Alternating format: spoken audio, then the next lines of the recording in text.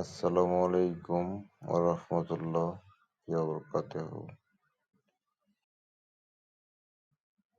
আশা করি সবাই ভালো আছেন। প্রতিদিনের মতোই আর একটা ভিডিও নিয়ে আপনার সামনে হাজির হয়ে গেলাম।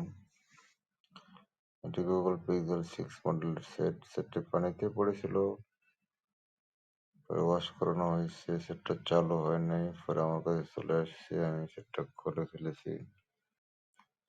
খুলে ফেলেই সমস্যা ফল্ট ফাইন্ডিং শুরু করে দিয়েছি। তো ফল্ট ফাইন্ডিং করছি মোটামুটি আমি এখন। তারপর আপনাদের দেখানোর উদ্দেশ্যে আমি পাওয়ার সাপ্লাই রিডিংটা দেখে নেবো। কাজ করি নাই, শুধু কাটছি। তো রিডিংটা দেখা যাচ্ছে যে এখানে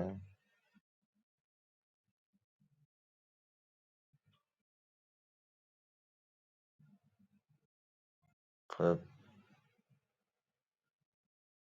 মোটর রিডিং।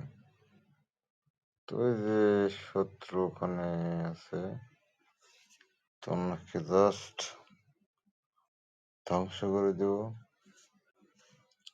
সেটটা চালু হয়ে যাবে। ঠিক তাই করেছি। অলরেডি সেট চালু হয়ে গেছে। 1.6 এম্পিয়ার টানতেছে।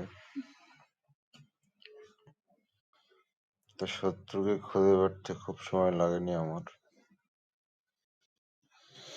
বাস্তব জীবনে শত্রুগুলো খুঁজে পেতে হয়তো বা সময় লাগে।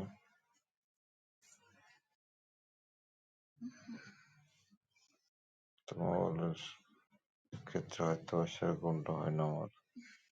ডিসপ্লে নষ্ট ছিল, কাস্টমারকে আগেই বলে নিয়েছিলাম ডিসপ্লে ভালো থাকলো আপনার, খারাপ থাকলো আপনার। দেন ডিসপ্লে নতুন লাগে, চেক করতেছি, ডিসপ্লে চলে আসছে।